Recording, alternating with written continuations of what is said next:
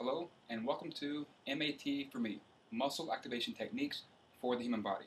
My name is Michael Massinelli, and this video is about the Vibram 5-finger shoes, arches and arch supports, and joint pains. Now I wear these shoes quite a bit, and I'm always getting asked, do they give you arch support? Well, the whole concept behind this shoe is to not give the body any external support.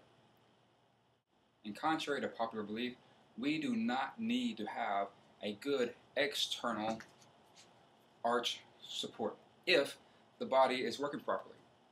So why would the body not be working properly?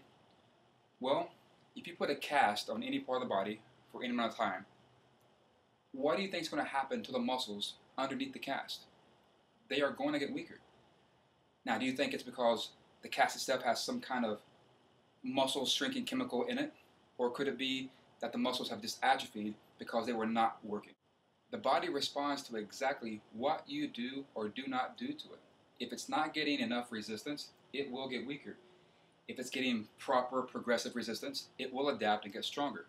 If it's getting too much stress or too much improper resistance, then it's going to break or break down. The body was created as a very ingenious masterpiece. We are the ones that screw everything up. The body was created with everything that it needs to give it the support that it needs. We were not born with shoes. The foot has several bones that are supported by muscles and its tendon, by ligaments, and by fascia. But the shoe industry, the pain management society, the pharmaceutical world has us believing that you need to have some kind of external arch support that keeps your foot from functioning the way it was meant to function. So if the foot and the muscles and the bones are not getting the resistance that they need, they will get weaker and cause them to not work. Now, thank God the body has several muscles that can do any one job that allows us the ability to compensate when something is not working. But what do you think will happen to one of the muscles when another one stops working properly? The same thing that would happen to you if one of your coworkers called in sick. It's going to put more stress on you to do your job plus the job of the coworker. Now, who do you think is going to get stressed out more, you or the coworker that didn't come in? So would it be fair to now give you even more work on top of your work, on top of their work, to give you even more work to do? No.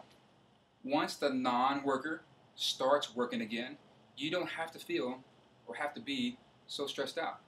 But understand this, you're only going to feel the things that are working, the things that are overworking. You are not going to feel the things that are not working. But yet we're told that tightness is a bad thing, that pain and stress are bad things, and we have all sorts of gimmicks to get rid of tightnesses and get rid of pain, from medications to stretching techniques, massage, adjustments, ice, heat, wraps, bands, magnets, inserts, orthotics, surgery. We have all these different things which serve a very valuable purpose and are fine when they are needed, but they do not address why muscles tighten up, and they do not address why you have joint pain. Now, something that's really concerning is when we go to a specialist for pain, we pay a lot of money for them to tell us really something that we already know. If I have a pain under my foot, they're probably going to call it plantar fasciitis, a cool sounding name that literally means under the foot pain or under the foot inflammation. If I have knee pain, well, it's going to be called bursitis or tendonitis or maybe IT band syndrome. Again, a fancy name for pain or inflammation in or around the knee. If I have hip pain, again, a bursitis or maybe the piriformis or sciatic nerve syndrome. Back pains, well, that must be because I have a bulging disc. No, you can have a bulging disc without pain, just like you can have pain without a bulging disc. And all the fancy names, what they typically translate to is, I don't know why it's there, so I'm going to give you a label that you can blame your problems on and give you a drug so that you cannot feel what you feel. And when it gets worse, we'll either up your dosage or refer you to somebody to cut it out. We have to get out of this itis industry and these attempts at symptom solutions, because they're only treating a symptom, and if you're treating a symptom, you will wind up treating one symptom after another, after another, after another. Let's get to the cause of these symptoms. Now, another issue with traditional specialists is they typically focus only on one part of the body. Now, we learned this crazy little song growing up that the foot bone is connected to the ankle bone is connected to the knee bone connected to the hip bone, and so on. But we seem to forget this now that we're older. Now, if you look at the foot, as I hold the femur in place and turn this tibia, you can see how the foot moves in space. So if I lock the foot and turn the tibia, well, that's going to create this arch creation and arch collapse. Same thing with the femur. If I hold the femur and rotate the femur, you can see how the foot moves through space. So again, if I lock the foot onto the ground and I turn the hip, well, again, that's going to create an arch or collapse the arch depending on which way I turn the hip. But when have you ever gone to a foot doctor and they look at the hip, or gone to a back doctor and they looked at the foot? You would probably think they were crazy for doing so. But since they are all connected, isn't it really crazier if they don't? And if you took your car in because the red light on the dashboard came on, what would you do? How would you feel? What would you say if the mechanic came out and told you, I removed the red light from the dashboard. Here's your bill for $400. It's crazy. So pain and tightness are your red light indicators of the body. So if you're addressing one thing, the knee or the foot or the hip, without taking everything else into account, then you are more than likely going to continue having the problems that you have and blame it on the label that you've been given. Now back to the 5-finger shoes. These shoes are meant to make the muscles work more to allow you proper joint function. But the problem is, because we've been walking around in this fully supported shoe for so long, either the muscles have forgotten how to do their job or just too weak to do so. Everything that you do, from laying in bed doing nothing to extreme functional exercises or sports, will only reinforce what you have while you do what you do.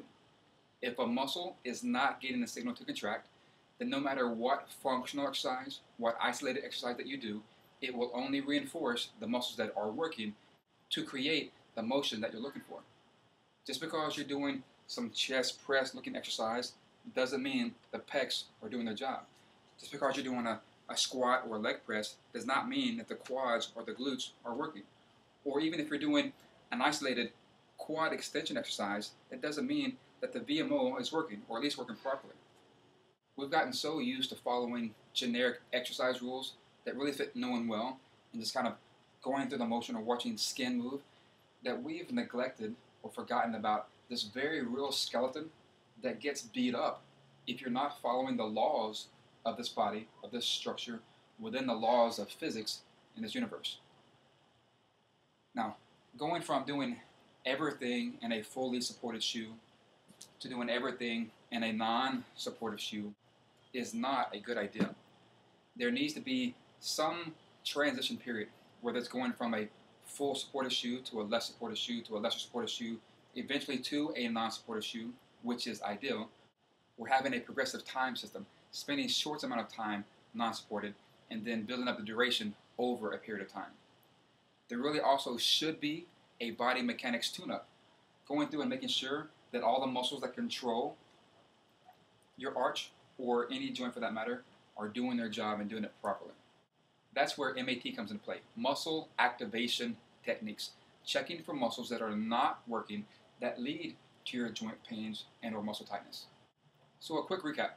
Joint pains, muscle tightness happen for a reason. Respect them. Find out why they are there. If they are there because of neurological weaknesses, then MAT will help you. MAT does not get rid of your ability to compensate. We get rid of the need to do so. We do not treat pain. We address what causes pain. We don't stretch your tightnesses. We address why it's there. So if you would like to set up your free MAT evaluation or attend one of my No More Muscle Tightness seminars, you can visit my website, matforme.com, and go to the link free eval/seminars to find out the dates, the times, and locations. Or you can email me directly at michael@matforme.com. Now, if you're not in the area, you will be redirected to an MAT practitioner near you. Thank you.